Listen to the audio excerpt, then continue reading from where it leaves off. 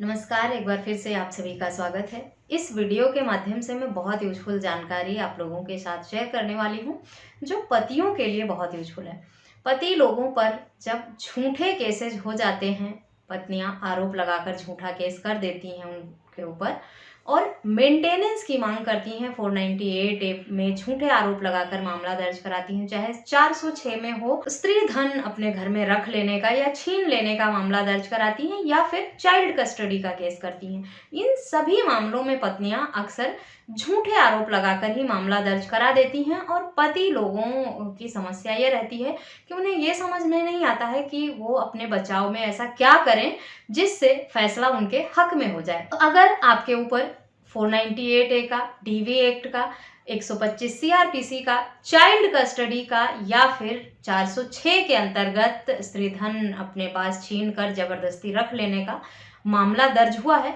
तो ये वीडियो आपके लिए बहुत यूजफुल होने वाली है। इस वीडियो में मैं बताऊंगी कि अगर पत्नी द्वारा इन सारे सेक्शंस में झूठे आरोप लगाकर मामला दर्ज करा दिया है, तो पति के पास बचाव के लिए क्या अधिकार हैं और क्या सबूत होना चाहिए जिससे पति अपने हक में इन सारे झूठे मामलों से फैसला पा सकता है और अपना बचाव कर सकता है। इससे पहले बात करें इन सारे सेक्शंस पर, मैं आपको रिमाइंड कराना चाहूंगी कि अगर मेरे चैनल पर नए हैं, अब तक सब्सक्राइब नहीं किया है, तो प्लीज सब्सक्राइब करके बेल आइकन को जरूर प्रेस करें ताकि इस तरह की और भी इंफॉर्मेटिव वीडियोज आपको घर बैठे मिलती रहें। तो चलिए बात करते हैं सबसे पहले 498 और डीवी एक्ट के बारे में, जिसमें सामान्य तौर पर पत्नियां खुद नाराज होकर, गुस्सा होकर चली जाती हैं, ससुराल में रहना नहीं चाहती और पति और ससुराल वालों पर ये आरोप लगाकर मामला दर्ज कराती हैं कि इन्होंने हिंसा किया है, प्रताड़ना किया है, ताने मारे हैं, दहेज के लिए मुझे परेशान किया है और घर से निकाल दिया है मुझे मारपीट कर। इस सब तरह के झूठे आरोप लगाकर मामला दर्ज कराती हैं, जिसमें पति के साथ साथ ससुराल में रह रहे अन्य व्यक्तियों के ऊपर भी मामला दर्ज होता है, साथ ही रिश्तेदारों और दोस्तों का नाम, जिनका ज्यादा इन्वॉल्वमेंट या आना जाना रहता है, उनका नाम भी शामिल कर देती है। तो 498 डीवी एक्ट में झूठे बचाव के लिए एक तो इसका लिमिटेशन पीरियड है कि 3 साल से अधिक का मामला अगर हो गया है तो पत्नी इस तरह का आरोप लगाकर मामला नहीं दर्ज करा सकती। दूसरी बात, अगर पत्नी ने आरोप लगाकर मामला दर्ज कराया है, सामान्य से और एक जैसे ही आरोप सभी सदस्यों के ऊपर लगा दिए हैं,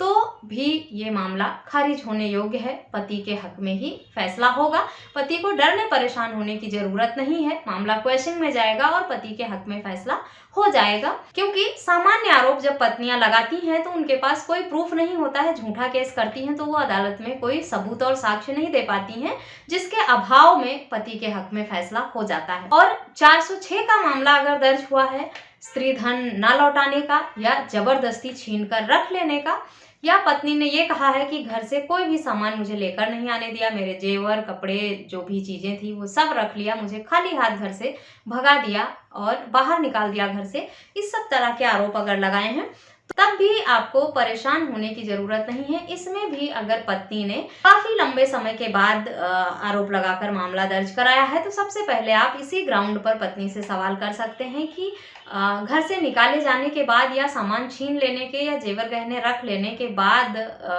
उन्होंने इतने लंबे समय तक, 1 साल या 2 साल या 4 साल बाद मामला क्यों दर्ज कराया? जब उनके साथ ये सब घटनाएं हुई थी तो उन्होंने कोई भी मामला क्यों नहीं दर्ज कराया? किसी से शिकायत क्यों नहीं की? कोई पुलिस कंप्लेंट क्यों नहीं की? या अपने हक अधिकार मांगे क्यों नहीं ससुराल और पति लोगों से? और अगर पति ने कोई भी शिकायत दर्ज कराई है, पत्नी के खिलाफ कंप्लेंट की है, या पति ने सेक्शन 9 का केस किया है,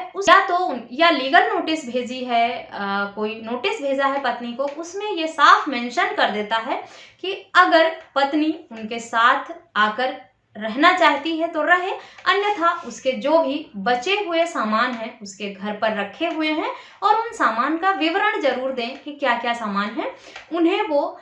आकर ले जाए अपने साथ, और या फिर उनके साथ आकर उनके घर में रहे। अगर आप अपनी शिकायत में या नोटिस में इस बात को पहले से ही मेंशन कर देते हैं कि पत्नी का कुछ सामान आपके पास है और उनकी लिस्ट ये है, और अगर वो साथ नहीं रहना चाहती हैं, उनके घर में नहीं वापस आना चाहती हैं, तो वो अपने इन सारे सामान को चाहे तो यहाँ से ले जा सकती हैं। फिर पत्नी आप पर 406 का मामला दर्ज नहीं करा पाएगी कि मेरा जबरदस्ती छीनकर और इस तरह से सामान रख लिया गया है। आपको सिर्फ एक विकल्प देना है अपने द्वारा किए गए मामले में या शिकायत में, जिससे आप अपने आप को सेफ रख सकें। और मेंटेनेंस के मामले में अगर पति अपना बचाव चाहते हैं तो पत्नी ने अगर झूठ बोला है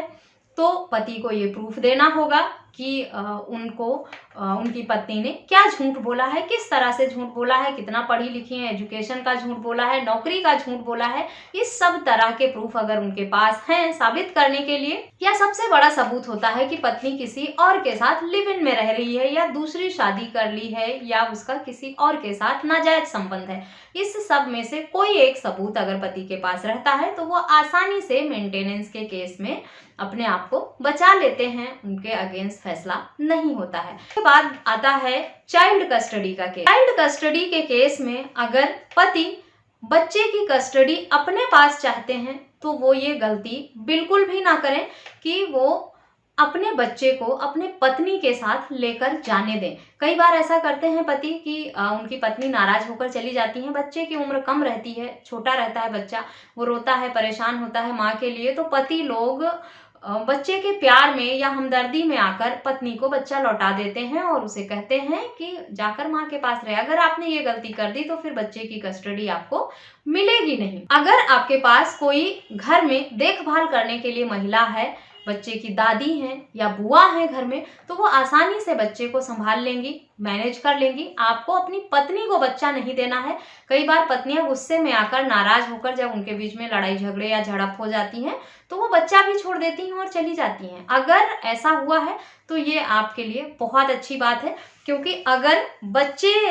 की कस्टडी आपके पास रहेगी, बच्चा आपके पास रहेगा, तो पत्नी अगर तलाक फाइल भी करेंगी और झूठे मामले दर्ज भी कराएंगी आपके खिलाफ, तो कोर्ट उस मामले को सेटल करने की, समझौता कराने का ही प्रयास करेगा और आपके हक में ही फैसला होगा। आप बच्चे को, पत्नी को लौटाने की गलती बिल्कुल भी ना करें। और अगर आप मेंटेनेंस देने से बच जाते हैं पत्नी को, और सबसे बड़ा जो 2 सबूत ये होते हैं पतियों के पास कि